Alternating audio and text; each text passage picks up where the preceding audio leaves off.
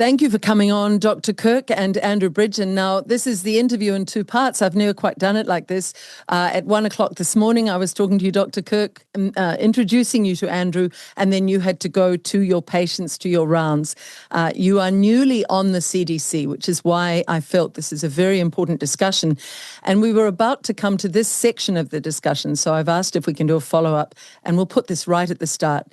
This section involves Marianne Damasi's report, actually, is one of the best summaries of it. So I'll briefly read the introduction.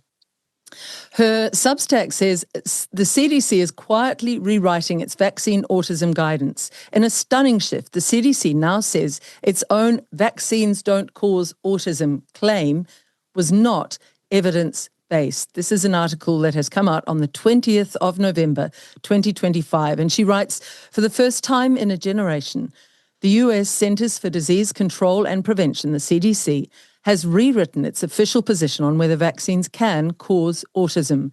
This is a change that could reshape one of the most politically charged and emotionally fraught debates in modern medicine.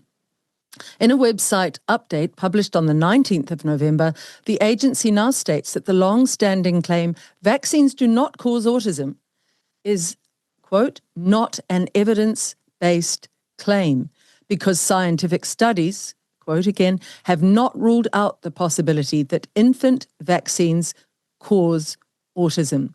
The page also acknowledges that studies supporting a link have been ignored by health authorities. Marianne Damasi then writes, it's difficult to overstate the significance of these statements. For nearly 2 decades, they would have been unthinkable for a federal public health agency. The timing is equally striking. The change arrives at a moment when the political and scientific landscape around vaccine safety is undergoing a marked shift inside the Trump-Kennedy administration. For months, critics have accused Health Secretary Robert F. Kennedy Jr. and several of the administration's appointees of holding unconventional views on vaccine safety. The CDC's revised language now places the agency closer to Kennedy's long-standing argument that federal agencies had ignored crucial evidence. The CDC explains the shift by pointing to the Data Quality Act, which requires federal communications to accurately reflect the evidence. Because studies have not excluded the possibility that infant vaccines could contribute to autism, the agency, the CDC, concedes that its long-standing categorical statement was not scientifically justified. The update states plainly that scientific uncertainty remains, particularly for vaccines administered in the first year of life. So welcome to you both. We're going to really just dive into this at the beginning of the interview and then do the later part of the interview that we did at 1 a.m. this morning, my time, where you two really introduce yourselves to each other. Dr. Kirk, why is this so important for every parent to wake up and listen to and be aware of the CDC's shift in perspective? Well, I believe that, and just so everyone knows, I'm a member of the ACIP, which is the Advisory Committee on Immunization Practice, and I serve at the pleasure of the Secretary and the President. And so I'm not formally part of the CDC, but we make recommendations. And we make recommendations, but it's the CDC, the chief of the CDC, the head of the CDC, that the director who actually has to make the decisions in concert with the HHS secretary as well. But I think what's most important about this, it gets back to what we're talking about, and we talked about this earlier in terms of science. Science can't prove a negative, so we can't say nothing, there's no chance this could happen. What we have to say is this is what the preponderance of the evidence shows. And so what I'm thankful for is there's been a very large, what I would describe as a confirmation bias, is you look for data that supports what you believe. And you ignore data that doesn't support what you believe. And there are people who think all vaccines are horrible and they don't do anything, and they have a confirmation bias. for that. And then there are people who think the vaccines have no ill effects and are only beneficial, and they're beneficial for everybody, and that they have a confirmation bias. Every individual is different. And so I think we need to be honest with the data we have and always be honest as physicians, because if I'm as a physician, as a pediatrician, as a family practice doctor, as a general practitioner, I need to be able to inform my patients of what I'm giving them. I need to be able to give them honest, informed consent. I need to talk to them about the benefits that, as I understand them, as the data declares them. I have to talk to them about the risks. And if I have not seen all the risks, or I don't know all the risks, and I just say, oh, it's fine, because I read on the website it said it's fine, then I've really, even if I did it, if I had a good intention, then I have deceived my patients out of my own ignorance. And so I think what we need to do is be honest with what we know. And there are some people who get great benefits from vaccines and have not had any ill effects. That's wonderful. There are some people who have had dramatic ill effects from vaccines and not received really any benefits.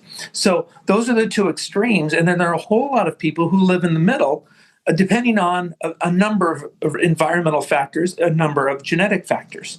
And so what we need to actually do new studies, and that's what the NIH Secretary, Dr. Bhattacharya, has proposed, that they will do actually new studies going forward to be able to see actually what it appears that the real risk, if there is one, right, if there is one for vaccines. What's hard about studying that is we give so many vaccines within the first year, but we can't usually see if a child has autism until they're maybe a year and a half. So we're trying to guess, and it's going to be really hard to take all of them off the market to do a study, and the people have people accept being blinded to that on whether they get a vaccine or not. Right? You might want to say, I'll be part of the study, but I don't want to be blinded about which part of the study I want to be on.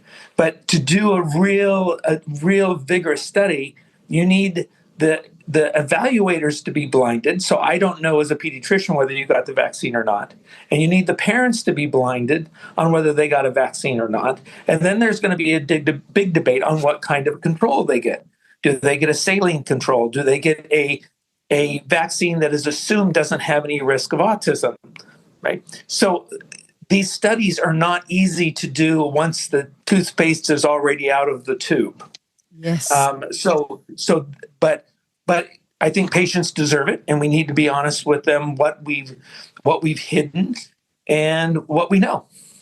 And being blinded simply means they don't know. They don't know whether they are in the tested group or in the control group. And that's the point. 20 doses of the 7 infant vaccines are recommended or have been recommended for American children in their first year up to 1 year old. And in effect, this shift on the CDC website and in the language is that no studies really support the claim that these 20 shots do not cause autism. They're not saying they do cause autism. They're saying there is no settled science. That is an oxymoron, isn't it? The science is settled. You can't debate the science. Just briefly explain to parents why that is such a dangerous statement. The science on vaccines is settled. We were sucked in during COVID, but it's been wrong. So science is not settled because that's not what science is. Science is observation. And so we can say, as to now, we have not seen this event, but it may happen. We could never say that it will never happen. We don't say those kinds of words. We shouldn't use settled. We shouldn't use proven. We shouldn't use fact. We shouldn't use any of those words. We should say, this is what we have observed in these patients living in this area that are of this genetic predisposition. When we test things on rat, we have rats that are almost all the exact same genetics, exact same diet, exact same environment, exact all these things, because we're trying to take all those confounders out. So in order to test people, we don't have that pure genetic group. We don't have pure environment, pure diet, pure everything else. And so there are all these confounders. at what age were they born? When did they get their first vaccine? How many vaccines did they get? Which vaccines did they get? What is their diet like? Where do they live? All these different things. What medicines did they take? What environmental issues are they around? Is there lead around? Is there air pollution around? What is their water? How many viral illnesses have they had?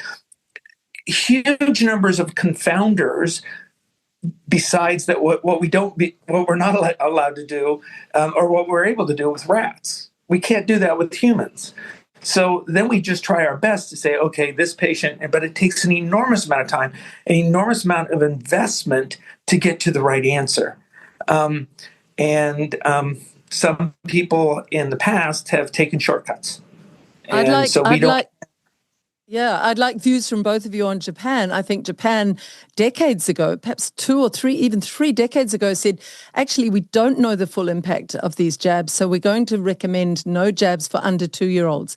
And I know Andrew pushed very hard on the Pfizer jabs not to be administered to small children. Dr. Kirk, would that be a way to say simply, until we do know more, that it is really safe, and it's not in the unknown territory, which it is at the moment? Is it safe? Is it not? Do we just say children under 2 should not be jabbed? I don't think you can say that, because many of these vaccines do help. They do help for infant diseases, right? So to say that, I think what you could do is put it back the onus on the parent, where we don't mandate them. But recommending them is one thing. If it's recommended and that ends up in a mandate, that's a different thing. So the Danish countries, Denmark and many of the Nordic countries, they don't have mandates. They have recommendations. If you look at the Pediatric Society of Japan, they still have a whole schedule they recommend. And so there are many children in Japan that are getting vaccines in the first year of life. They have a schedule that looks very similar to ours. Denmark's schedule is not dramatically different from ours. It has a few differences, but maybe.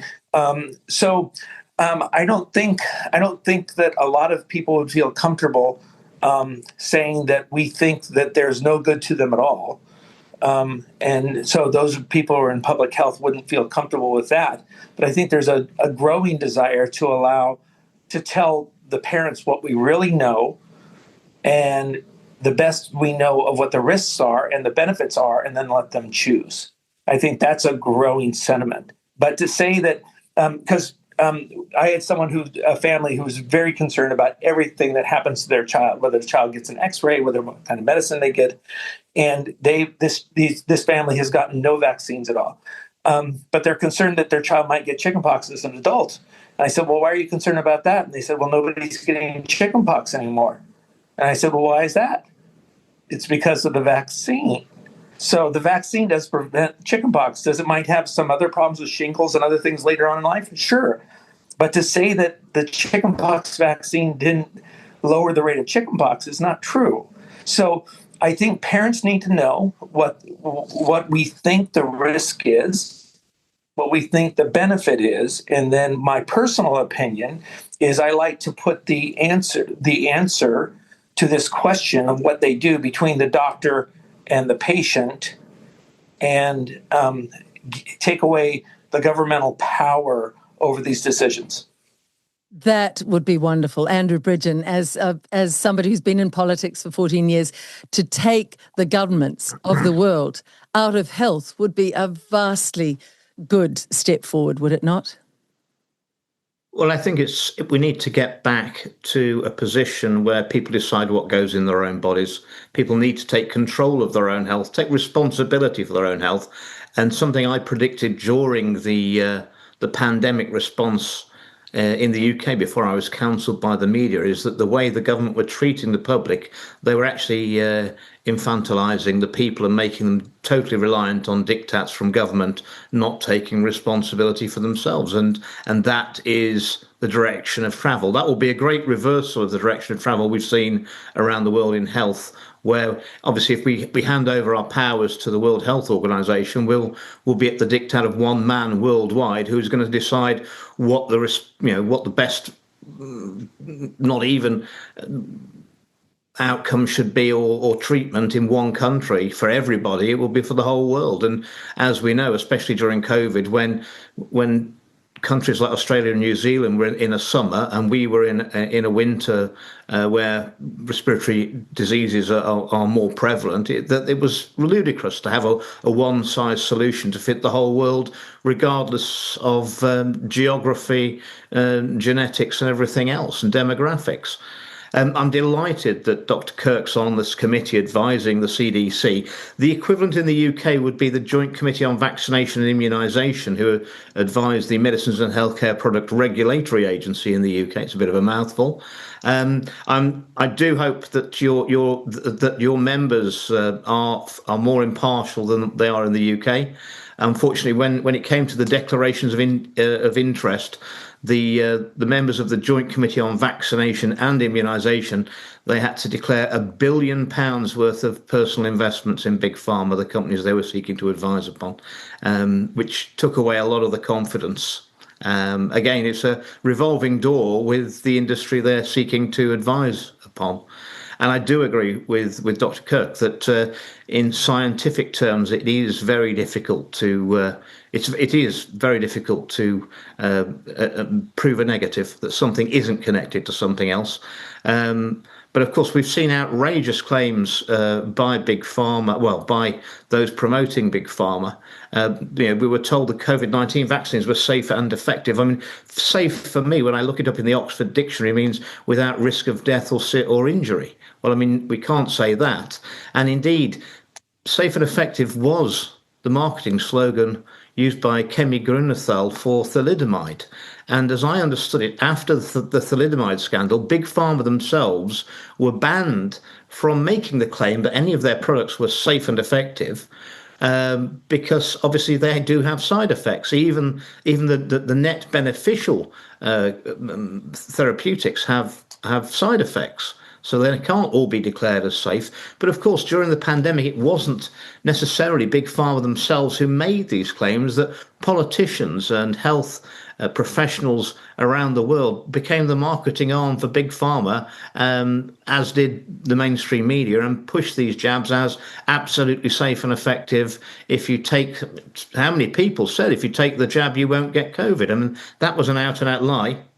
They'd never even tested for transmissibility because they knew it wouldn't stop transmission. Big loss of trust, and Absolutely. it's down to principled professionals like Dr. Kirk to bring that rigor, the intellectual rigor, scientific rigor, and the confidence back that the public need. I think, Dr. Kirk, we've all been fed this sort of black and white. You take it and it's good and it's perfect for you and you don't question it, or you completely mistrust the whole system now because you feel so betrayed. Where you're working is in the nuanced middle, isn't it? Even for me, it's very nuanced the way you make me think there are other possibilities. I'm in the latter group. I'm very anti these jabs now. I'm worried that the mRNA is in the flu shots, in that we are not being told really what is in any of these shots anymore for our children. So it has made me and many other mothers like me go, I'll just withdraw from the whole system for a while. And I don't trust many doctors. I trust you. You're an exception. But you work in that nuanced middle, don't you, Dr. Kirk? You're saying, let's not throw the baby out with the bathwater. Yeah, I think that, and we need to be very careful to say what we know. And ultimately, I am not taking care of that child. Just to let you know how relevant this is to me, I have a 30-day-old in our hospital right now. I just read a study on who has pertussis, whooping cough. Okay? So when people say these things don't exist anymore, my wife recently saw tetanus in the hospital that she works at. Right? I walk through I was just 20 minutes ago down in the pediatric intensive care unit. I walk through and I see these things. There's a child struggling to breathe right now with pertussis.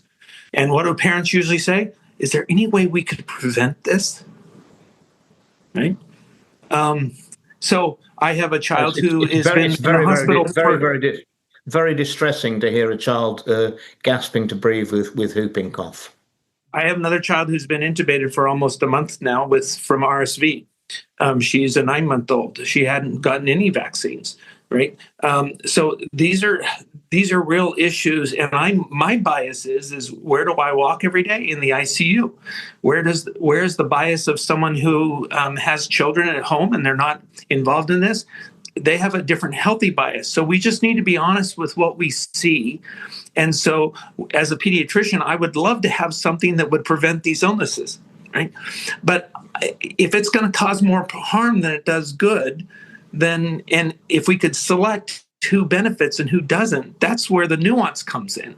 But most of all, I just believe in bodily autonomy. I believe in bodily autonomy. I believe freedom of choice. And I agree with Andrew, is we need to return personal responsibility to the patient or the family. I think that's really important. In ethics, they always talk about paternalism and issues like that. Well, public health has become very paternalistic and not allowing bodily autonomy. Bodily autonomy is the fundamental of anything that is interventional in humans. Is bodily autonomy is one of the key points of ethics. And I feel like we've breached this level of ethics of taking away bodily autonomy by saying your kid can't go to public school unless they have these shots, or your kid can't do this, or you can't, or I can't go to a restaurant, or I can't travel on a plane, or I can't do these things. This is very much a coercion as opposed to giving information regarding what the science says and let people decide. And it makes no sense, because if you have your child jabbed, you've had them jabbed to supposedly protect them. So if I don't have my child jabbed, I could say to you, but your child is protected. You took the jab for your child. That your child has the jab. So it really makes no sense. Let me give you a situation that I know of that is one of the hard situations. Okay, before a newborn or an infant is able, let's say, to get protected by a vaccine. If their sibling gives them a disease because they were not jabbed, for instance, pertussis, then that baby had no chance, right? So have I seen that before? Yeah. I saw a 14-year-old unvaccinated brother give his baby sister pertussis before she could get vaccinated, even have an opportunity, and she ended up dying as pertussis melted her lungs away. So would the breast milk not give immunity? No, it doesn't. And not everybody can breastfeed. These are nuanced, aren't they, Andrew? These are the complexities. Well, it's just getting back to the real science, asking people, giving people the information to make decisions for them and their families, and not treating people like a herd of cattle where it's time for your all jabs and we just herd you all in, line up here and roll up your sleeve. You've got to get back to individual-based medicine, where the medicine is tailored for the individual, and that requires a doctor-patient relationship. And we're seeing that eroded so much in the UK that it's very hard to get to meet and talk to on a personal basis a medical professional anymore. I would love to see in our medical schools, Dr. Kirk, that these sorts of discussions are had over weeks, and many young medical students say there was barely any discussion, simply an edict that all vaccines are safe and they are to follow that. And there's barely any discussion about the power of our own immune systems if they are nurtured. As you say, it depends on individual stories. If you have a healthy child who's eating healthily, getting plenty of rest, running outdoors, not sitting over machines, being looked after and is emotionally stable and happy, that child's immune system will be strong. I know the nuance of the early baby stories is slightly different, but this is surely where good journalism comes in too. We have no nuanced discussions in our media anymore.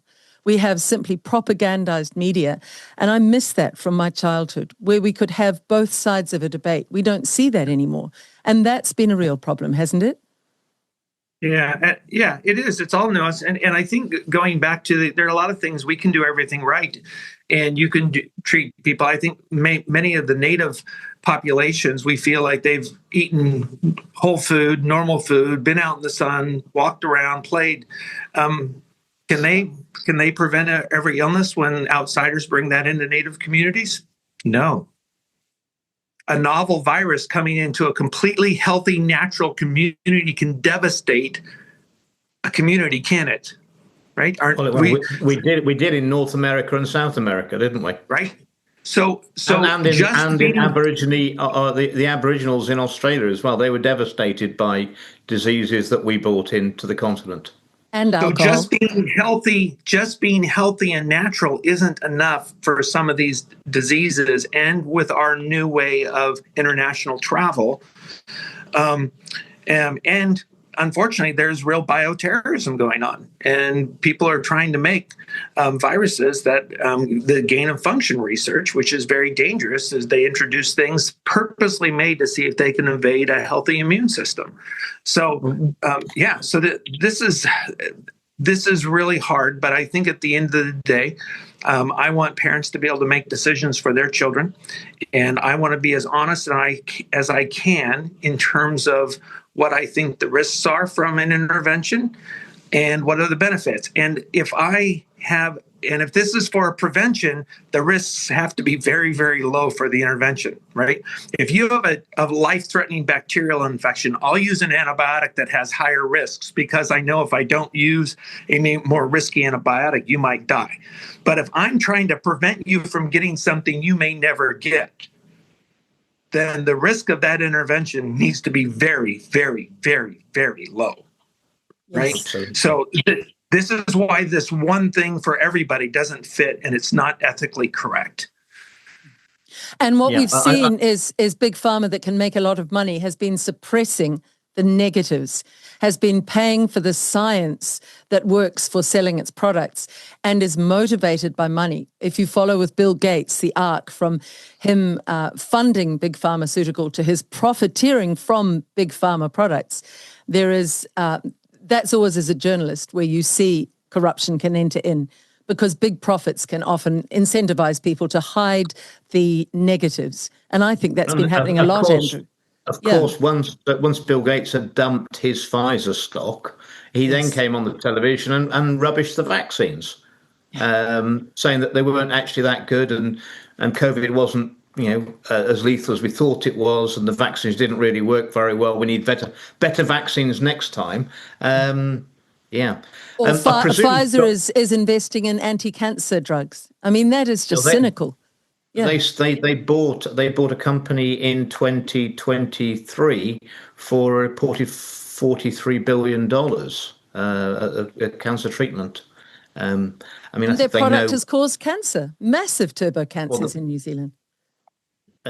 Undoubtedly, and there's a report out this week that the SV40 promoter region, which the Pfizer didn't declare was in their shots, their COVID shots, that the percentage in the childhood vaccines was double, and that would explain why the childhood cancers that we've never seen before are now becoming more prevalent. And that's a shocker. And why these people haven't been arrested, I really don't know. And of course, Pfizer didn't even declare to the regulators that the SV40 promoter region genetic material was in their shots. That had to be discovered by third parties. But I would hope that, Dr. Kirk, that your view of the World Health Organization's idea of taking control of global health would be a retrograde step and actually diametrically opposed to what we're suggesting, where people are more involved, obviously intimately involved in their own health and the health of their family and loved ones. And also, you touched on gain of function research, and I find it very, very worrying as well that the World Health Organization want to take control of all newly discovered pathogens, and that these pathogens would have to be shared around the world with different labs. And the more we share these gain of function pathogens around, the more chance for them to escape into humanity. I see that as a very, very dangerous step. Yeah, I agree, Andrew. I agree with all those things. Yeah. So with advising the CDC, can you just take us through that? When were you appointed to that position? And it will give people a lot of heart that the Trump-Kennedy administration is sincere about making genuine changes. Was that earlier this year, Dr. Kirk? Yeah, that was in the late summer, and I attended my first meeting in September. And so do you meet with the full board of the CDC, and who is in charge at the CDC right now? It's gone very quiet. It's an interim director right now. So what we do is I believe there are 12 of us on the committee right now, and we have meetings all throughout the interim time between our meetings, and we usually have 2 or 3 to 4 a year, where we are asked to advise on certain things. So we don't just get to choose what we advise on. We are an advisory committee. So the CDC asks us to please advise on this, and then we spend time digging out the data to see what is there and making sure all the data is considered, and making sure that it's relevant data and that it is scientifically honorable data. Rigorous data. Yeah, and we try to look for any conflicts from the writers or from the funding, and that changes how we look at that data. So they should be the United States should be very happy with the people who are on that committee, because we have no conflicts of interest. They went through all of our financials to make sure we had no conflicts of interest. We have to announce that before any vote that we take. And we are digging in and asking really, really hard, pointed questions over have they been tested in the past? How are they currently tested? How are they looked at for contamination of all sorts? What do we know in terms of long-term evaluation of benefits and side effects? So we're asking very, very difficult questions. And I believe there is a breath of fresh air coming through the CDC. And so I'm encouraged by that. But remember, we're up against a big foe. People who are trying to make money off of medicine, that is a big foe, and it leads itself for business people who don't have to sit face to face with somebody who's been harmed by a medicine or an injection. They don't have to do that. And they're just looking at their bottom lines. Okay, so we can take this much in legal costs. We can take this much. It's a different career than sitting in front of a family with this beautiful, pristine little baby and saying, "Yeah, I think we should inject this baby with something," or "I don't think we should." Right? It's a different profession, and we need to return the sacred honor of taking care of patients back to the profession and bring trust back and bring integrity back and character back to the practice of medicine.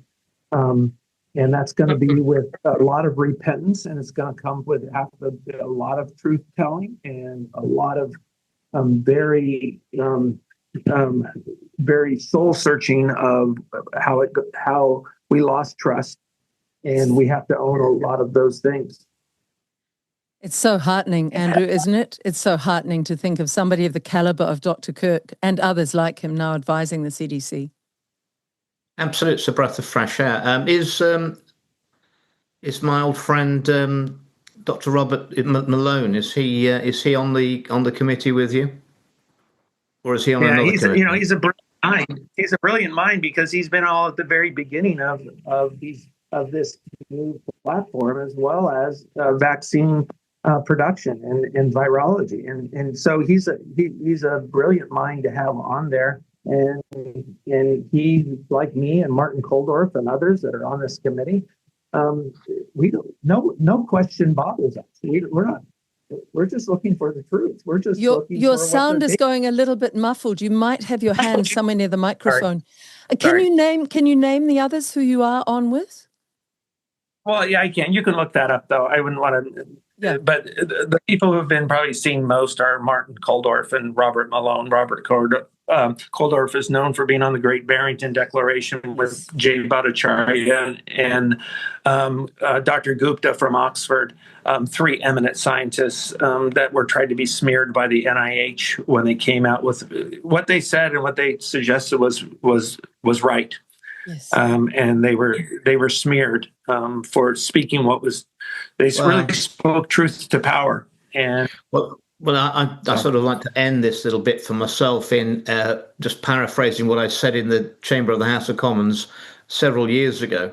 That I think what we actually need is to get the politics out of our science and get some real science back into our politics. Yes. Yes. I very well said. much. Yeah, I very much appreciate you coming on. To finish, I did want to address this. I'm involved in a court case in which Mary Talley Bowden is involved, and I know you know Mary. She's just an exemplary doctor, as you are, against the FSMB, looking at the way the Federation of State Medical Boards controls doctors. And I think that lies at the heart of getting this honouring of the doctor-patient relationship back, because we know so many good doctors around the world who have been horrifically bullied during the COVID pandemic years. Is there a way that you might be able to be involved with that? Would you be interested in that, Dr. Kirk? And what is your view of the FSMB controlling medical boards around the world, often without any knowledge of the doctors who realize it comes from Euless, Texas? Yeah, I'm always willing to speak truth to what I'm seeing. I think that with power comes corruption, right? And absolute power leads to absolute corruption. And so I think that many cottage industries have been formed around medicine, and now how much I spend on my medical license each year, how much I spend on my board certification each year, how much I spend for this each year, just to that I have my prescription drug license. I spend everything is a cottage industry, where a lot of other people who aren't doing medicine are making money over the people who are trying to do medicine, but they're being prevented from doing good medicine by these corporations that are funded by a lot of people who shouldn't be in the funding of whether doctors have licenses or not. And we've seen a travesty in terms of people having their certifications taken away for no reason except they spoke truth to power. Exactly. And but what there has to be is there has to be almost unlimited amount of money to hire lawyers, because these corporations have very, very big retained lawyers, and so it doesn't matter to them. And mostly, a lot of times, what happens is doctors don't have enough money to fight it, and so they just have to go away and lose their career. So it's an uphill battle, and it's a worthy battle. But often these great battles are won, and people are heroes only in retrospect, because the battle destroys. They might win the war, but they lose the battle. But we look back on them as heroes. And I think that that's where, like a Mary Talley Bowden, who is a good friend of mine, she's a warrior. Oh my, she's a warrior. It's amazing. But what has been done for her, done to her, is really egregious as far as I'm concerned. And so, but she's a fighter and she's not going to quit. But the reality is that unless you have lawyers working for you pro bono, it's almost impossible for us to fight the big systems. If anybody would like to contact me on that, it's liz.gunn@freenz.org. And lawyers, remember, you want a good health system yourselves. So we need to get back to where these bullies don't rule over our doctors. I think to finish this part, Dr. Kirk, my dream would be that somebody in HHS could simply say all doctors who stood up and were brave enough to question in the pandemic must be reinstated, medically speaking. That would be the ultimate dream. Yeah, we probably had a large number of doctors, and some that I know personally have lost their licenses in the UK for questioning the safety and efficacy of the vaccine, something I did in Parliament, and I reaped the whirlwind of the backlash of that. Big Pharma's $1 trillion a year industry in the US alone. And yes, I mean, their legal costs and their lobbying power is all, can be counted against their tax bill. whereas individuals, it is very expensive. And almost in the UK, it's so expensive to litigate now, it's almost out of the realms of 99% of the population. Yes. We need some revolution there, because it was the best of our doctors who were mandated out and then had their licenses cancelled for speaking out. But that perhaps or even people like Professor Norman Fenton, who's one of the finest statisticians in the UK, was chair of the Turing Group. He only crunched the numbers. He didn't do the research. All he did was crunch the numbers and said, yes, this would suggest that there's a problem with the vaccines. And he was forced into retirement. He should be running the university, not be forced out of it. He was the honest broker, the honest scientist who did the science, and they were punished for it. And that's a very bitter lesson for them to learn. And it's been chilling for the whole of their professions. People know they can't speak out, whether it's in politics, medicine, or in the sciences. They know what the results are. We've got to turn that around.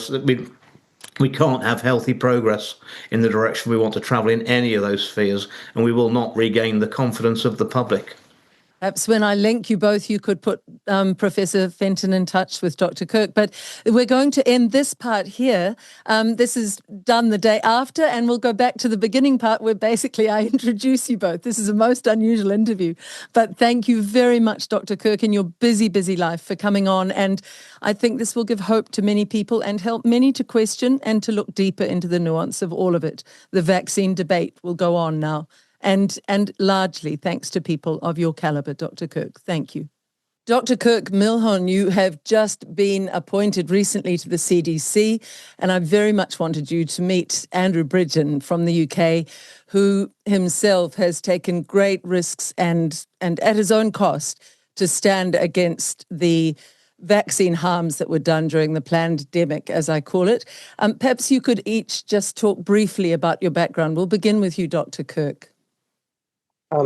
So I'm first got my PhD in cardiovascular physiology and pharmacology, then went on to medical school, eventually became a pediatric cardiologist, and I was through the Air Force, so I had an Air Force obligation to fulfill, and did a couple of tours in Iraq as a flight surgeon. And I have a free medical clinic in Maui, and during the start of COVID, as we saw martial law coming upon the U.S., where our freedoms to move, our freedoms to assemble, our freedoms to discuss were being limited. My wife and I also I'm the head of a church, and so I felt it was important to keep that open, and because we also had a food pantry that we gave out food, and since many people on the Hawaiian island were out of work, we had thousands of people come, and nobody was treating these patients. And I'm a pediatric cardiologist. I've done general medicine training so I could be a flight surgeon, but no one was treating these patients. They were saying, just go home until you're sicker. And they said, well, I came to the hospital because I'm sick, and I've never been this sick before. And so I started treating patients in their home. And my PhD is in an area of heart inflammation. And so as I started seeing and hearing more about what this virus was doing, it stirred a lot of thoughts in me of what was going on, that it was actually really altering the blood vessels. And then since every organ has a blood vessel, then it was also altering the heart. And so I probably treated over 700 people in their house for acute COVID because nobody else would. And so I was talking about what I was seeing and what I was seeing on the ground. And myself and a public health officer for the county had a scientific discussion. He's a physician scientist as I am, and we had a scientific discussion. And they tried to take our licenses away. We were called quacks because we were just having a scientific discussion over the risks, benefits, and alternatives to treatment options for COVID. But what I started seeing, though, was something that really got my attention, and I know you saw this as well very early. Is this wasn't about COVID? This was about a control of a population. And then when the WEF finally said it out loud, is the vaccine allows us to see who will be good citizens and who will not. that sort of completed the tyranny, the authoritarian takeover, and they used fear, which is very powerful, as you know, and a medical intervention that is probably the worst medical intervention that we've ever had from a public health standpoint. And the people who implemented it, I think, are too afraid to admit it. So we stand in this place right now where it's a fight to just have the true science, what we see on the ground, be said out loud. So, but I appreciate the difficulty that you're in too, and yeah. It's an extraordinary answer. Just before we go to Andrew, who I know will have something to say on that, as he's stood against that tyranny so bravely. Dr. Kirk, was the inflammation in the heart from COVID, or was it from people who had been jabbed with the supposed remedy for the supposed COVID? Do you know that? Well, yeah, it's different types. So we had what was called multiple inflammatory, multi-organ inflammatory problems. And so that's because it infected the vessels. How it got into the tissues is it got through the vessels. And so we did see some of that heart inflammation. But there was a beautiful study that looked at COVID versus the vaccine. It was done in the Nordic countries who have great medical records. And they showed that the lowest risk of myocarditis, the absolute lowest risk, was unvaccinated, and then the more vaccines you got, the higher risk you had of myocarditis. So it's the language they use that but it's worse or anything like that. That's a deflector. It's very clear that this is a vaccine like no other. Well, it's not really truly a vaccine. It's a different type of it's gene therapy is really what it is. But they've asked the body to make a protein that's cardiotoxic. And that's very clear. And they also did it without ever seeing if the body could get rid of it, which we're not sure it can. Yes. So that's where we're at. Yep. Andrew, you know this well. I've interviewed somebody who's still producing it nearly 2,000 days after having taken the jab, Andrew Bridgen. You're well aware of all of this, but your reaction listening to Dr. Kirk's words there. Well, my perspective on the pandemic obviously was from the political side. I had been the Member of Parliament for my home area of Northwest Leicestershire for 9 years when the pandemic hit, or was declared. And I was taken along by the propaganda to start with. If there's any mitigation for elected representatives, I mean, the public had a lot of psychological warfare conducted against them. But obviously MPs, elected representatives, they had an awful lot as well. But what became clear to me, and I was falling back on the accident of history that a long time ago at Nottingham University, I studied biological sciences with biochemistry, specialising in genetics, behaviour and virology. What became very clear to me during the pandemic was that, the scientific method had been suspended. Parliamentary democracy was pretty much suspended, with people working virtually from home. We were having laws passed in a week in advance of a democratic vote of the House of Commons. And my suspicions built and built. And when I saw esteemed scientists asking very reasonable questions, or medical doctors questioning anything around the pandemic response, the way they were rounded upon and ridiculed. I mean, that isn't the way that medicine or science works. It isn't the way politics works. And I had the same happen to me when I challenged at the end of 2021 further lockdowns with the emergence of the Omicron variant, which I thought was probably the best thing could have happened. It was the natural evolution of a virus to attenuate, to become much more transmissible but less pathogenic. No one was listening. And then obviously when I found out that those in the seat of power at number 10 weren't even locking down, weren't masking, weren't socially distancing, were having parties, while my constituents, the suicide rate had gone up in a month of lockdowns. We were having more suicides than we normally had in a year. The economy was being devastated, all over very spurious science, which has since been discredited. And of course, this built and built until I stood up and challenged the government when they tried to vaccinate down to babies of 6 months who were at no risk from COVID itself. But following the Fryman papers, we knew at least 1 in 800 would die or have a life-changing injury. We knew as well by then that the vaccine that was given emergency authorization wasn't the same vaccine that went into people's arms. It was batch 2, which was manufactured in a completely different way with different side effects, probably 5 times more lethal than the original vaccines that were authorized for emergency use. And I would never have authorized those at 1 in 800. And the shocking thing was that so many of my colleagues in the House of Commons, even in 2022, had suspicions about the safety and efficacy of the vaccines. Many of them were vaccine harmed themselves and admitted it to me, but for some reason they were too intimidated to stand up and speak out to protect children in my country, and that was unacceptable. I don't know what levels of intimidation. I myself had been they attempted to bribe me in January 2022, offered me anything I wanted to shut up. It's just not acceptable. So I think what Dr. Kirk saw in the medical profession, I saw in politics, and it worked. And as soon as I spoke out and stopped the government from vaccinating those small children, I was suspended from the Conservative Party, ostracised, and treated as an absolute leper in Parliament for 20 months. And when the election came, as we know, I believe that was election rigging in northwest Leicestershire. My vote dropped from 63% in 2019 to 3%, which is inexplicable.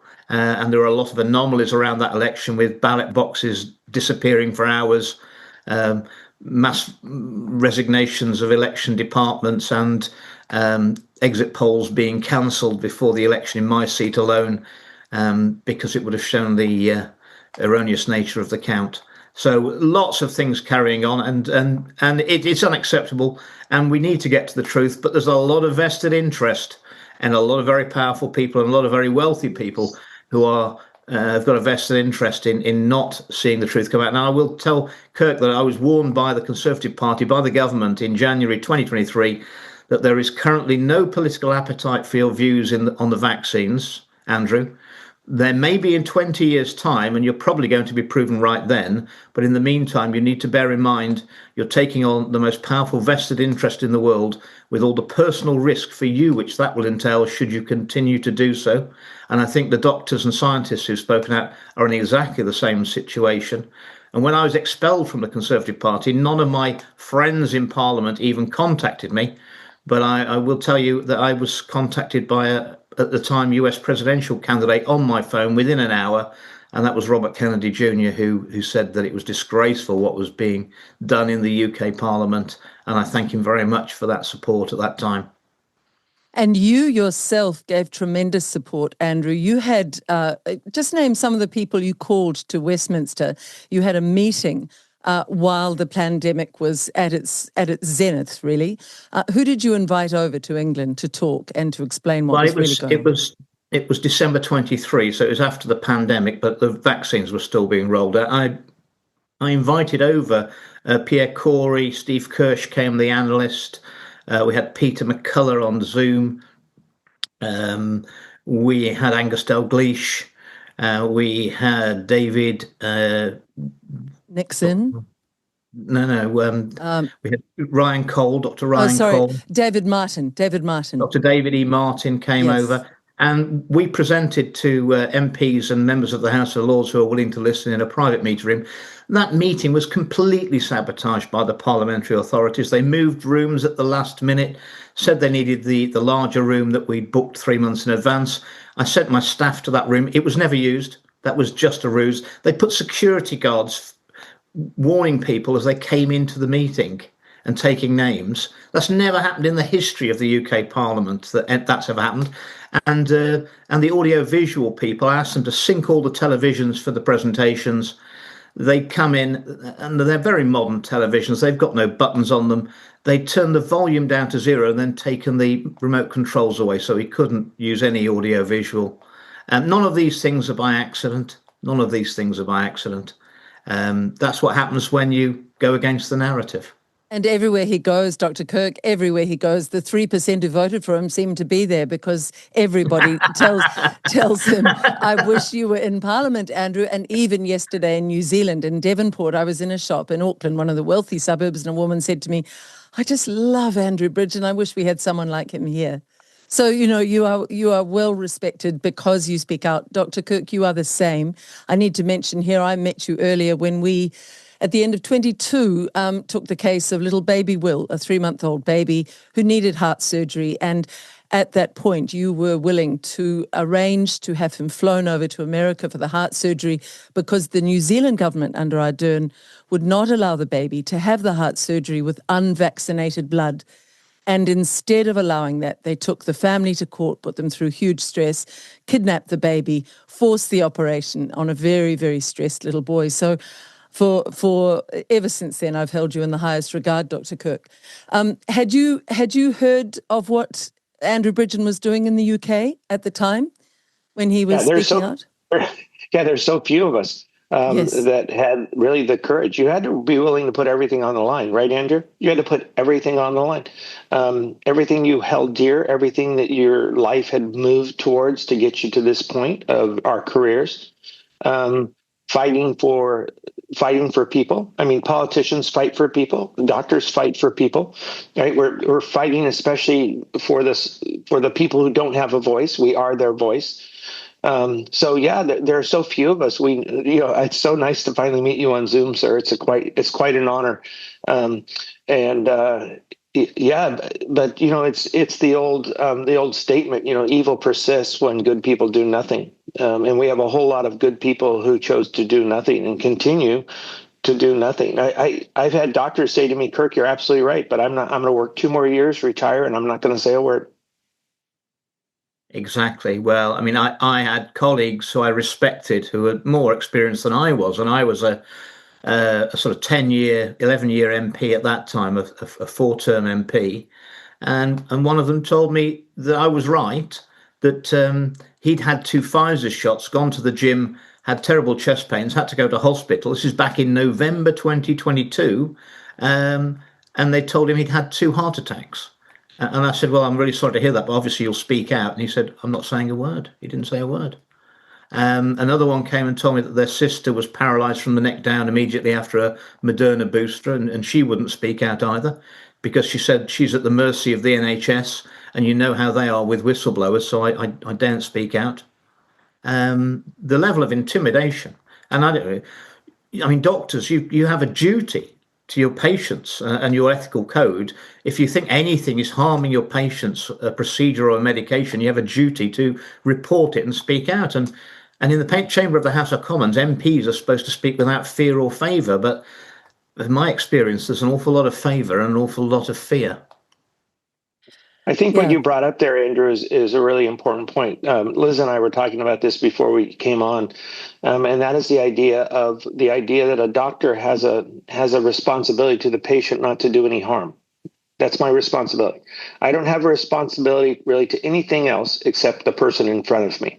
But public health has come in and said what is good for all is good for one. That's not true. They have taken really a communistic approach that we will do what is good, we think is good for all, and it doesn't matter what happens to the individual.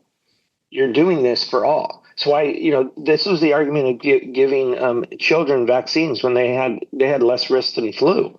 They hardly ever got it. They didn't have the right receptor. They're too young to even have the right receptor to accept the virus. But we gave them harm under you had to do it so you didn't get the grandparents. Even when we had beautiful studies from the UK showing that this transmission from children to adults wasn't happening at all. Right? We had that data. But what they did is, and this was the very famous FOIA request that came out in a discussion between Paul Offit, who's one of our main vaccinologists in the U.S., who works at the University of Pennsylvania, very highly regarded at the Children's Hospital of Philadelphia, and Collins, or Fauci, and they brought up this point, and he said, and Offit said, children really don't need this vaccine. And Fauci said, we're going to do the same for everyone. Everybody gets it. So he knew they had risk. They had all risk, no benefit from it, which we have all the data for that as well. Well, I remember saying in a speech in 2023 or 2024 that that's what was going on in the UK, that we were willing to put children at risk to protect older people, and that any society that agreed to sacrifice its children. I mean, I don't expect children to be sacrificed to protect me or anyone else. I expect us to make sacrifices for children. It's a sick society. But I mean, we've got a parliament that just voted to decriminalise abortion to birth, up to birth, and it flew through our parliament. That wouldn't get 3% support in the wider population in the UK. Wouldn't get 3% support. Never has our politics been so out of step with public opinion or public wishes, quite honestly. Yeah. And I think that they try to make abortion a public health issue.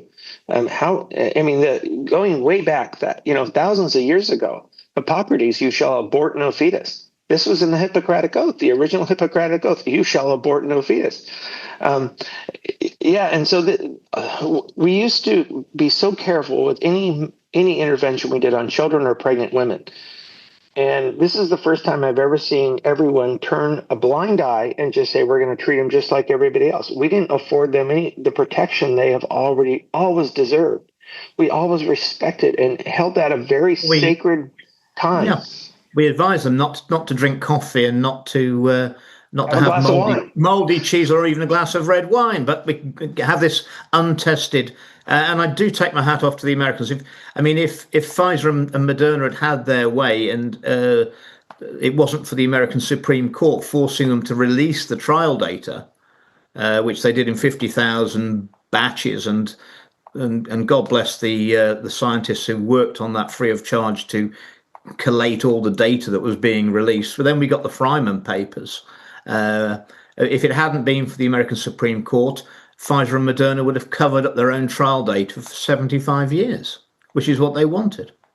It's absolutely horrific. Let's get into more. What is science? Because that was something we were talking about just while we were waiting for Andrew beforehand, Dr. Kirk. But before that, Andrew mentioned a call from RFKJ. So you had a similar call from RFKJ, I take it, when he called you to join the CDC in America. Could you tell us a little bit about that and when that call came through, Dr. Kirk? And then we'll get into the substance. I've never had a chance to talk to RFK. I thought it was a call from him. No, it's just a call from the people who are working in the White House. I think they wanted someone who's a true scientist. And what I tell people is I'm not afraid of the truth. If something has no side effects, then beautiful. If it has side effects, let's talk about them. If they have side effects, are they worth the benefit? Are you getting a benefit? All science is observational. We're using terms that aren't scientific. Settled science. There's no such thing as settled science. You're just waiting to see if an observation comes up. What does safe mean? I have no idea what safe means. Safe is a subjective term related to how people look at risk. There are some people who think the risk of a disease is worse than the risk of a vaccine. Other people feel the risk of a vaccine is worse than the disease. How they look at an intervention is all based on how they respond to risk and what their risk profile is. There are some people who say they'd rather see what God does with their body, and if God has given us an immune system, we can make through it. Other people say, I don't believe in God, and I'm on my own, so I'm going to do this. Right? Everybody has a different view, and science is what we're trying to get back at the ACIP is to look at what the data actually show and give you a risk, and then you can decide.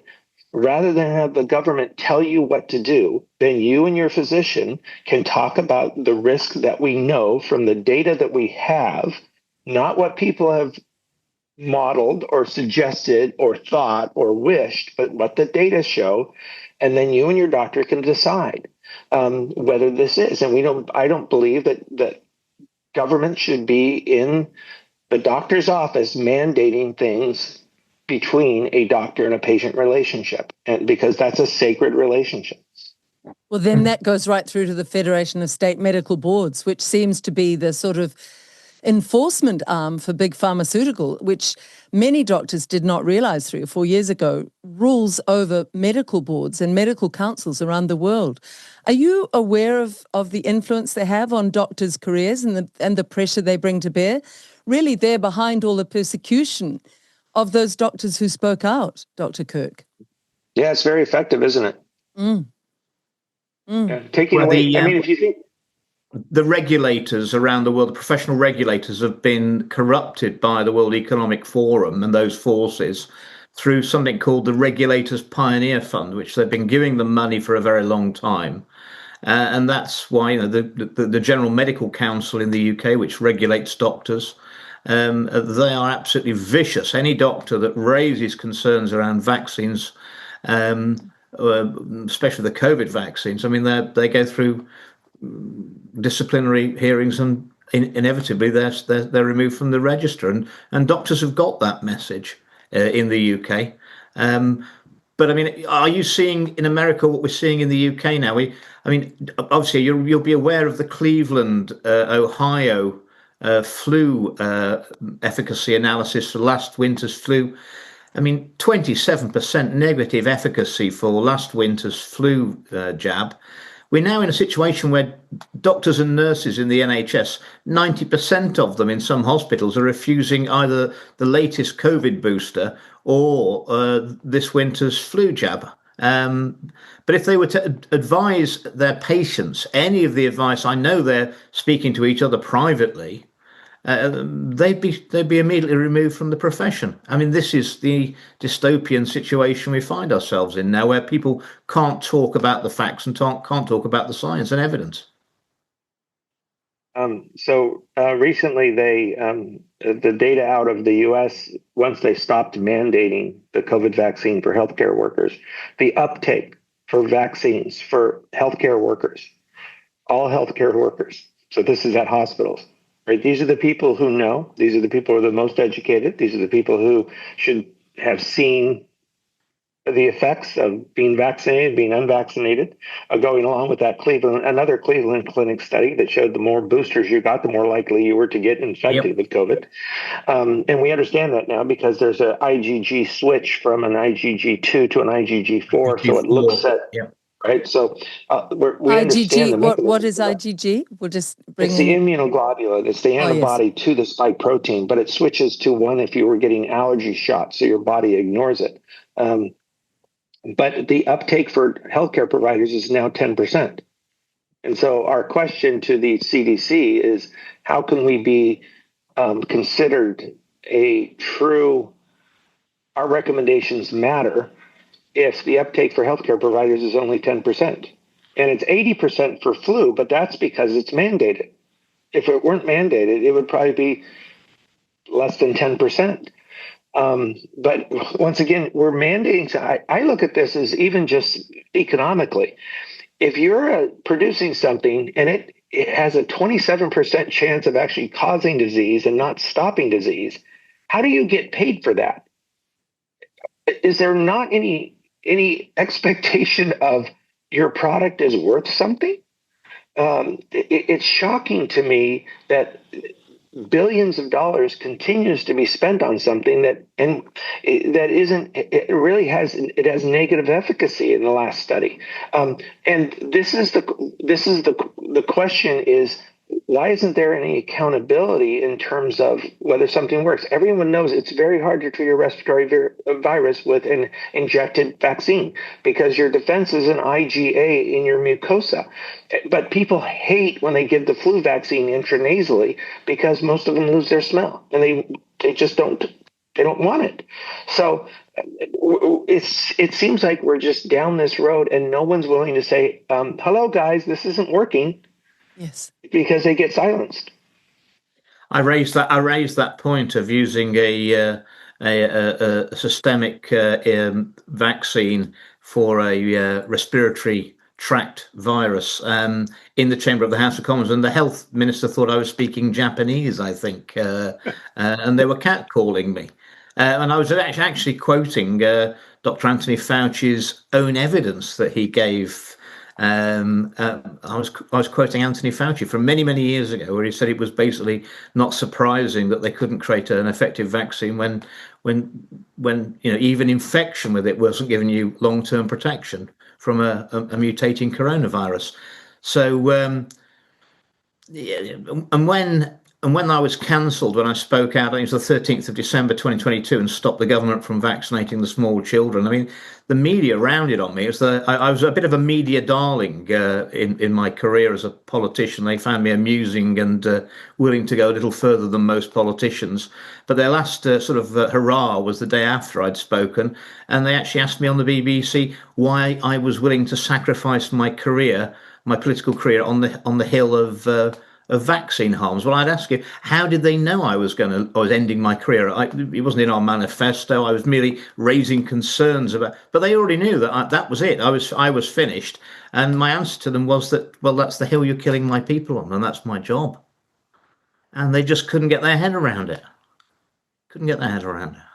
I think we go in here to what you've just posted, Andrew, about the latest out of the CDC. Dr. Kirk, could you tell us what is happening with autism?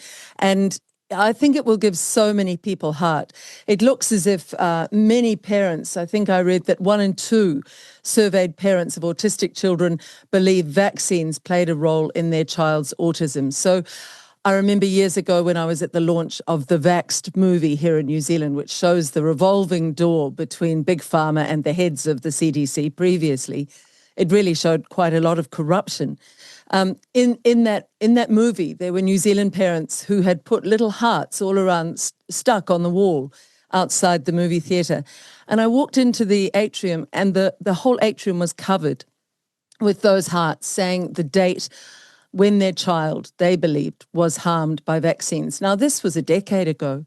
There are so many heartbroken parents. So what has the CDC just recently published, which will give them and many others great heart, Dr. Kirk? Yeah, I think what they did is they got the language right. There's no such thing as a scientific fact. There's no such thing as proven scientifically. Scientifically is an observation, and we're always looking to see the next exemption. So you can say that there's a substantial amount of evidence that's statistically significant that this is so, but it's very difficult to prove it. You're not basically scientifically allowed to prove a negative.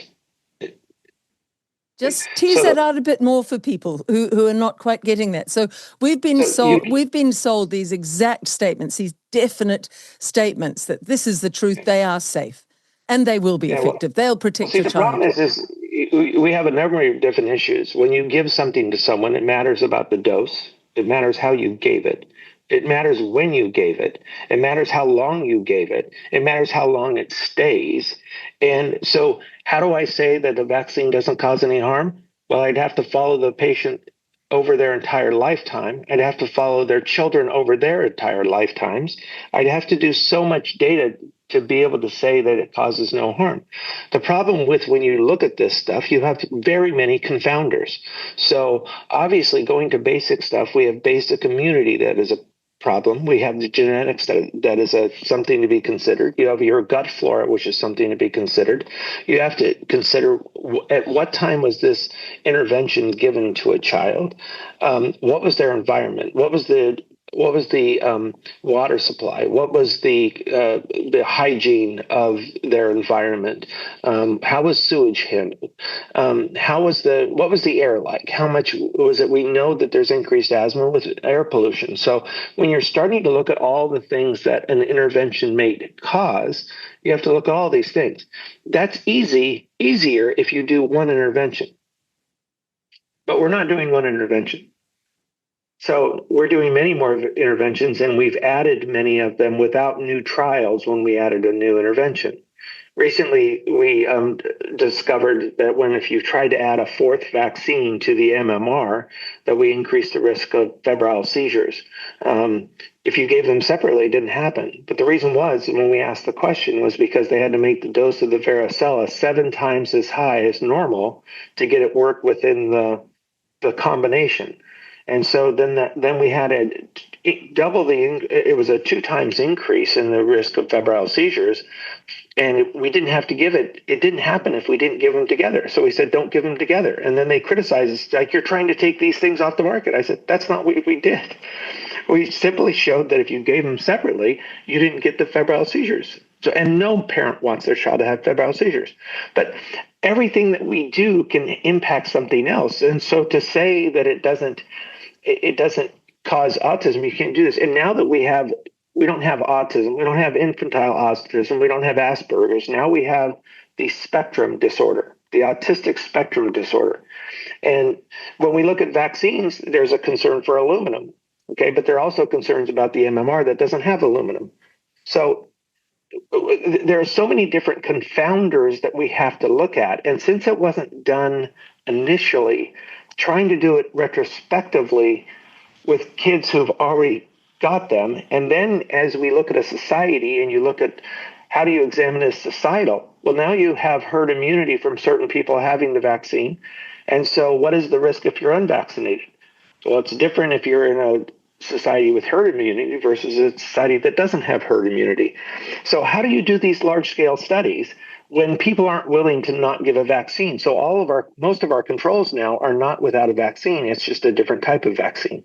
So we don't have a true, you're not going forward, because a lot of people won't say it won't pass the institutional review board because they believe it's unethical not to give the child a vaccine. So then you have a lack of equipoise or willingness to look at something new and fresh in a proper way. So what we've been tasked for is to reevaluate basically everything that's been done, going back to the original data. But when we look at it, we have a hard time finding really adequately done studies that were looking specifically for safety. And like I said, if you do something for a child, they're still developing. So you have to watch them for decades before you can say what the risk is of all these different things. Let's look at some, I can't say absolutes, but we do know there's been a huge rise in the prevalence of autism, which correlates with the numbers of vaccines given to children. And that's been coming since about 86, I think, don't we? Yeah. We know that has happened since the vaccine numbers were increased. And the other thing for a control group would be the Amish community in America, wouldn't it? Comparing the non-vaxxed children of the Amish and their lifelong results with groups of vaxxed children from the non-Amish community. You've almost got a perfect control group there, haven't you? Except they live completely differently, don't they? Yes. Their diet's completely different. Their environment's completely different. How much time do they spend on screens? How much medicine do they take? Right. So you bring up very good points, but it doesn't. All the different things, I can show you about 10 different things that correlate with the increase of vaccines. Tylenol use in children associated with vaccines. Ultrasounds on mothers. Herpes infections during the time of pregnancy. All these things are increasing and associated beautifully. So this is where we always have to tease out. It's correlation. Is it causation? Right? And do you have a biological mechanism? So if you're going to call aluminum, that's our biological mechanism, which would go along with an increased number of vaccines. However, if you look at other countries, they give many fewer vaccines, and they still have a high amount of autism. They still do. So it's not just a number. So is it the total amount of aluminum? Well, yeah, that would explain, but it doesn't explain MMR. And is the MMR, if the autism is associated with the MMR, is that autism or is it encephalopathy that looks like autism? So when you try to look at this honestly, scientifically, you need to put everything on the table. The other thing we haven't talked about is what do we do with children's minds with screens? Right. So when you look at ADHD too, what's hard about a confounder? People who don't give vaccines in the U.S., there's an increased number of those people who homeschool their children. If you homeschool your child, do you think you take them to a psychiatrist for ADHD or just do alternative learning for them? You probably do alternative learning. So if you have less ADHD in the unvaccinated versus the vaccinated group, have you controlled for how many are being homeschooled and aren't necessarily taken versus how many aren't? So when you start looking at all the confounders here, what we should say is this is concerning. We need to look into it further. But up until recently, it's been really hard to look into it further because if you did, people didn't like your results. And it was especially true for COVID. If we said anything negative about COVID, usually the paper wouldn't get published. Or you had to put a special line in there that says, but we know it works. Actually, we don't know that it works. In fact, we have studies that show it doesn't work. But you always had to put this line in scientific papers to say, but we know we should give it. It's like, this is a scientific paper. Why would you add a public health statement in a scientific paper? So what I'm very excited that we've gotten the scientific language correct, and we're going to start looking at it. But when you look at the Amish, it's a very distinct population. What I'd like to see is the unvaccinated kid living with bad food, with poor hygiene, and see how that looks. That's an extraordinary answer. So encephalopathy. Yes, that swelling of the brain, isn't it? Now, Andrew Wakefield looked at that very much, Andrew, didn't he? And he, like you, was really persecuted, for 25 years, I think he's gone through it, being called a tin hat wearing conspiracy theorist and, not a scientist. And yet he's been he's been thoroughly vindicated, one could say. All he actually said, I think in 1998, was that there appears to be a link and we should look at this further. Yes. And he was destroyed for that. I don't know if Kirk, if you've met Andrew Wakefield, Dr. Andrew Wakefield. I mean, he is an amazing human being. He's not in the least bit bitter for the way he's been treated. He's very accepting of everything, and he still stands by the principles that he was right then, he's right now, and he's a great guy. Quite honestly, I'm not sure I could have that level of calmness around me if I'd been not vindicated after 25 years. And all he was saying was that we should look at this. This needs further investigation. There could be a problem here. Yes. But what are you doing to try and neutralize that death grip that big pharma's had over the regulators in your country and around the world and ours? Well, I think that you have to. You really have to look at conflicts of interest. But the people who regulate conflicts of interest are often conflicted themselves, which you almost wonder if you have to scrap the whole thing and start fresh. I would mention, Liz, to your answer, I remember probably many of you have heard the vaccine study out of the Henry Ford Foundation that Aaron Siri brought up in Congress.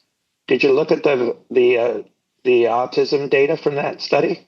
Could you remind us? Actually, could you just let people know about that? Yes. There was no difference at all for the vaccinated and the unvaccinated, but there was significant changes in mental health diagnoses, asthma, autoimmune diseases, and eczema. Yes. So that's where that was a very large study, tens of thousands of people. Yes. But that didn't show the connection, and there have been really good studies by honorable people haven't shown it. But we have enough of a link that we need to say we can't say it doesn't. We have to be honest and say, okay, it does. But if we're going to talk about MMR, we're going to talk about the other ones on the vaccines, it's not going to probably be the same mechanism.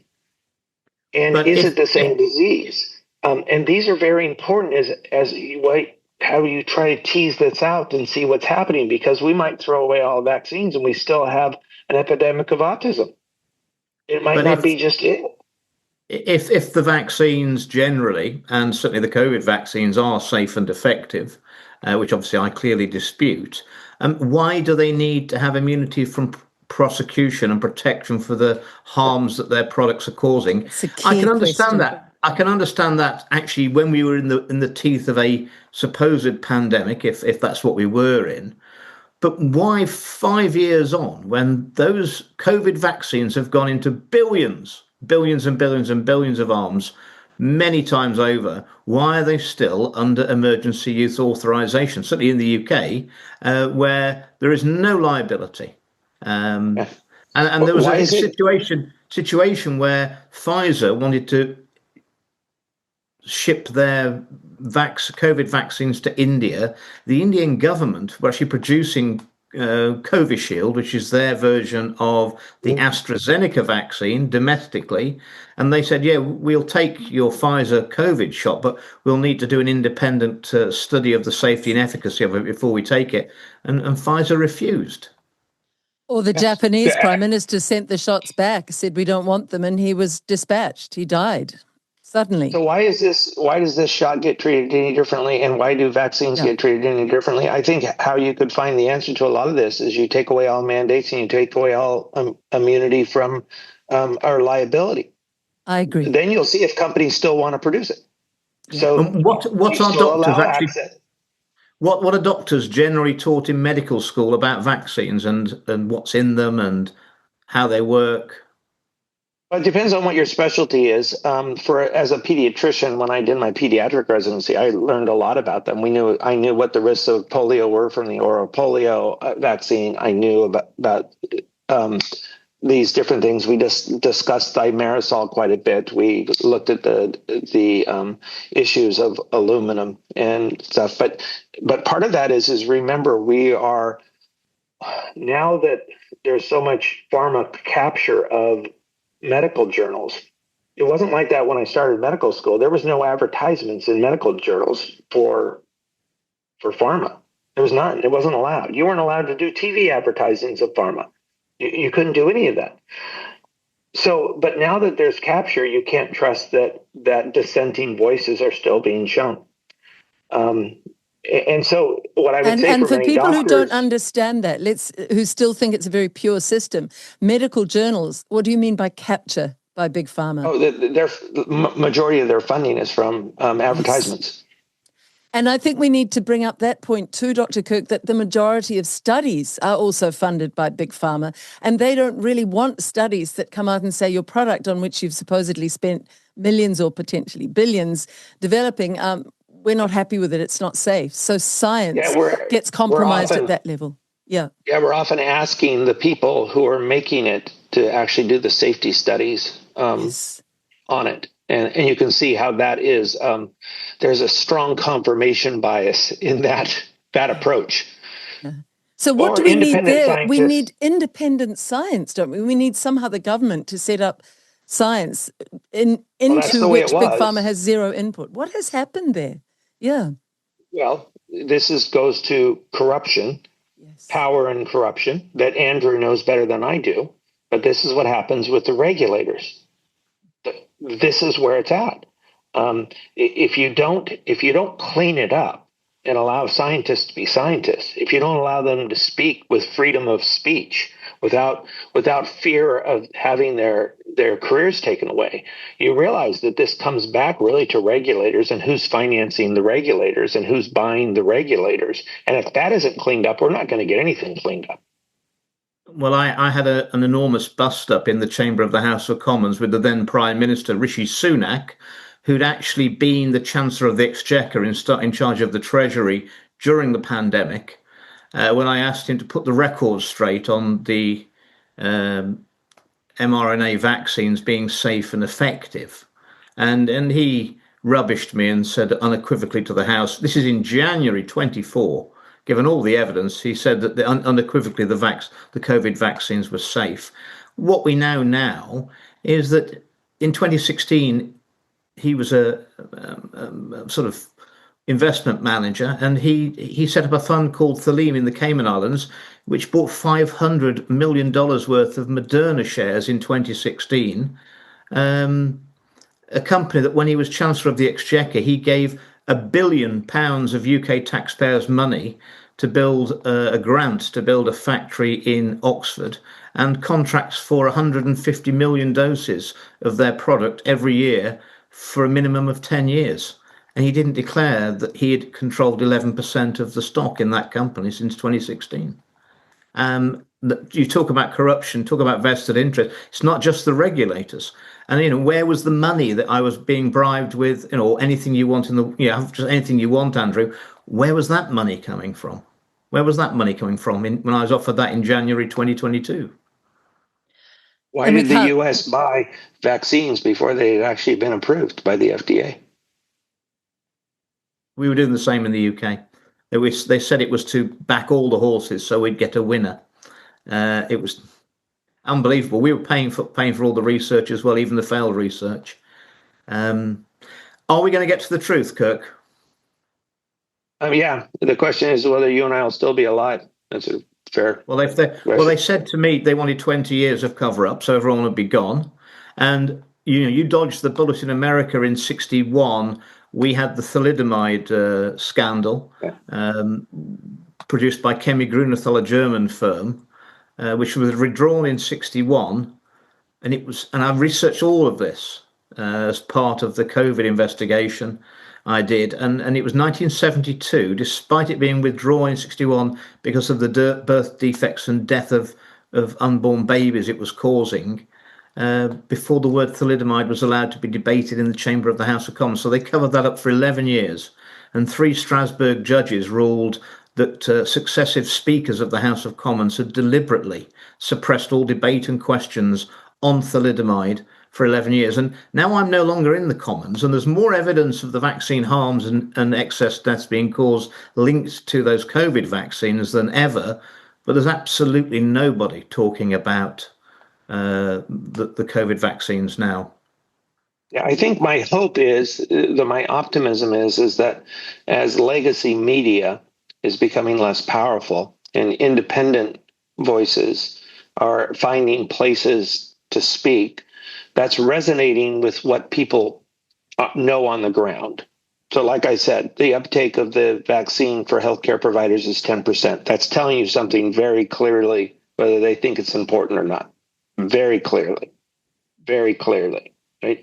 So that information gets out. As that information gets out, then you have a public that's now more informed, with different voices, as opposed to, I'm sure you've seen those collages where the news anchors, and it was like 30 different news anchors who all said the exact same thing throughout countries, throughout organizations, liberal media, conservative media, they all said the exact same thing.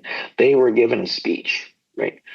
And if you didn't abide by the speech, you were fired, you lost something. And so that is where my hope is that truth reigns eventually. And hopefully, for me as a scientist, if I am wrong, I want to be right as quick as I can be. As quickly as I can be, I want to be right. I don't want to spend a long time wrong, right? So I don't mind the truth. I'm not afraid of the truth. The Bible says the truth sets you free. So I'm not afraid of that. And if I've been wrong in the past, I'll say, wow, I was wrong. But I don't want to stay wrong any longer than I absolutely have to. But we have to bring that place of freedom to have been wrong and to walk forward in truth back to a ideal and model that our society respects, and not just respects who has the most money and who has the most power, which is the sin that we are in currently. When we talk about money and power, we all think, well, certainly my brain goes straight to Bill Gates. It would give people a lot of heart if people like Gates or Fauci, who drove so much of that plandemic, if they were arrested and put on trial. Where do you stand on that? Do we need to see these people who were so primarily responsible for the misinformation and the lies that were put out, and the fear-mongering, the coercion, the bullying around the world, if they were held accountable, Dr. Kirk? What's your feeling? Well, I just read an interesting book by Malcolm Gladwell, was speaking about, it was The Revenge of the Tipping Point, and he was talking about the opioid epidemic and what was caused and how those people were brought on trial. And they were, I think it was a civil trial. But I think that might be the only way we get the truth out, is for subpoenas to be brought out. And, if they were to put me on trial, I have no concern. Yes. They could put me on trial. And I don't mind. You can put me on trial. If you're walking in the truth and you have not taken money, you haven't done anything inappropriate, you should have nothing to fear, as long as the people who are putting you on trial are trustworthy judges. That's the problem. Yeah. Well, in the UK, we're actually in a better position than you are in America on that, because in the UK, we have the ability to bring every citizen has the ability to bring a private criminal prosecution. And I've already issued papers against Matt Hancock and Rishi Sunak personally for that. I mean, I honestly believe that around the world, crimes against humanity have been committed. It's probably the biggest crime, the COVID-19 vaccine and the lockdowns and everything else. It's probably the biggest crime that's ever been perpetrated on a global scale against humanity. And I think one of the problems is if the truth were outed tomorrow in its complete horror, A, there's a lot of people are going to suffer mental health problems, and B, there'll be a complete collapse in confidence in politics, science, and medicine. And I think holding those to account who've perpetrated these crimes is the only way we'll restore any modicum of trust in the system, a trust that the public would need to rebuild, but also a warning to those who seek positions of responsibility that if you, whether you're a doctor, a scientist, or a politician, if you abuse that position of responsibility, you will face harsh punishments. Absolutely. Dr. Hey, Kirk? Liz, I'm really sorry, but I have to go to the hospital.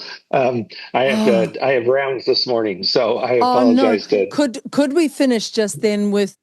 Let's just go to the CDC. The people that you are working with, are there many like you, Dr. Kirk, who have that courage to really look at the truth? Are there others who are coming on board now who are very different from what we saw in the pandemic? I think that the committee member, you'd be very impressed with the variety of people who've been brought onto this committee at the ACIP. I think we are honoring the desire to have full exposure, full transparency. What do we know? What don't we know? And really a desire for giving sort of returning balance to doctor-patient relationship rather than public health has it all. There needs to be a balance. There can be recommendations of public health that looks at all the data, but then the doctor-patient relationship still has to have the final say. So I think that's coming. And I think I really respect Dr. Bhattacharya, who's now the head of NIH, who is moving forward with new studies to look at this.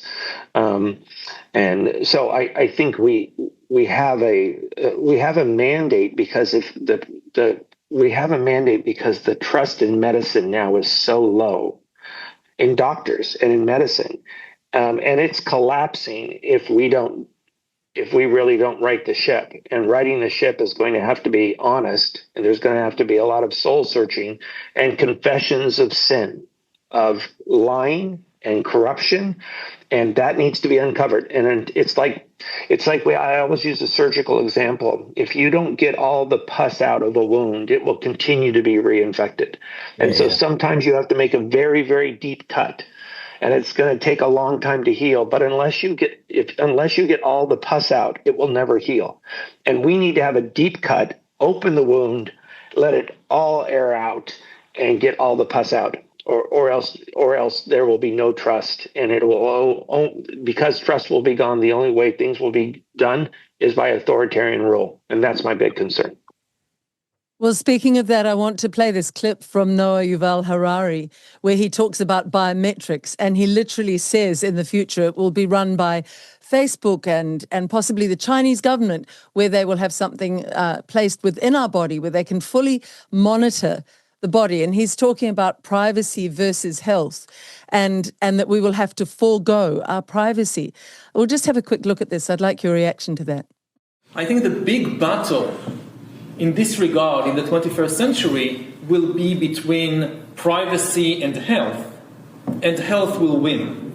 Most people will be willing to give up their privacy in exchange for much better healthcare, based on 24 hours monitoring of what's happening inside their bodies.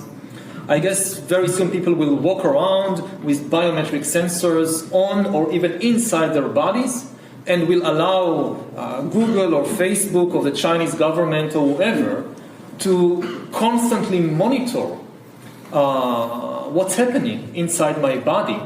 So that, you know, the day the first cancer cell starts to multiply and spread, somebody at Google or at the health authority will know and will be able very easily to nip the cancer in the bud. And the day that a flu epidemic starts, they immediately know, oh, a flu epidemic is starting, and they know who are the people who are carrying it, and they can take very effective and quick and cheap action to prevent it. So the promises are enormous. Just think of, I don't know, a place like North Korea. People walking around with these biometric bracelets, and you walk into a room and you see a picture of Kim Jong-un on the wall, and something happens to your blood pressure that the algorithm correlates with some bad emotion like anger, and that's the end of you. Dr. Kirk, to me, that is horrific. We don't have to forego privacy to have health at all. That is the way of the tyrant. What's your reaction when you see that? And then you, Andrew.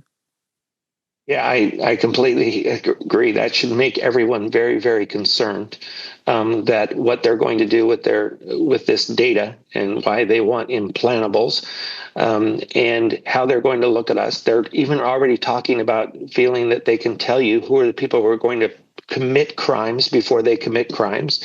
So we're watching a whole bunch of like science fiction movies like the Minority Report come into real time here. And so what happened to My Body, My Choice? That was okay for abortion, but it's not okay for implantables. So I have great concerns over this, over body autonomy, and people who want to take over my body autonomy. I think that should be sending red flags up for everybody. It's crazy, Andrew. In thought crimes he's really talking about there. Your reaction briefly? Well, I've long been of the opinion that Yuval Noah Harari, the policy spokesperson for the WEF. I mean, I think you watch him, and any reasonable people's got to think these people are criminally insane. When they need to be stopped, they shouldn't have the influence they have over our economy, our politicians, our policies that they do have. They are speaking for a fraction of 1% of the population, and I'm worried that the whole system is slanted in their direction, and we need to level the table. I know that Kirk's got to go for the best of reasons. He's got to go and look after his patients in hospital. There's no better reason for leaving an interview than that. But I just would impress upon him that you're the CDC and RFK and the work you're doing in America is quite honestly the best chance we've got of getting the truth out, not just for America, but for the whole world. And I'm in the UK. I'm hoping that the new world, Kirk, is going to come to the aid of the old once again, because we desperately need that truth, not just for America, but for medicine, politics, and the way we conduct ourselves for humanity around the world. We're all relying on you. God bless you.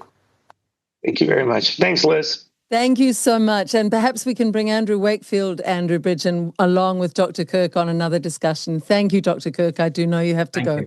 Thank you.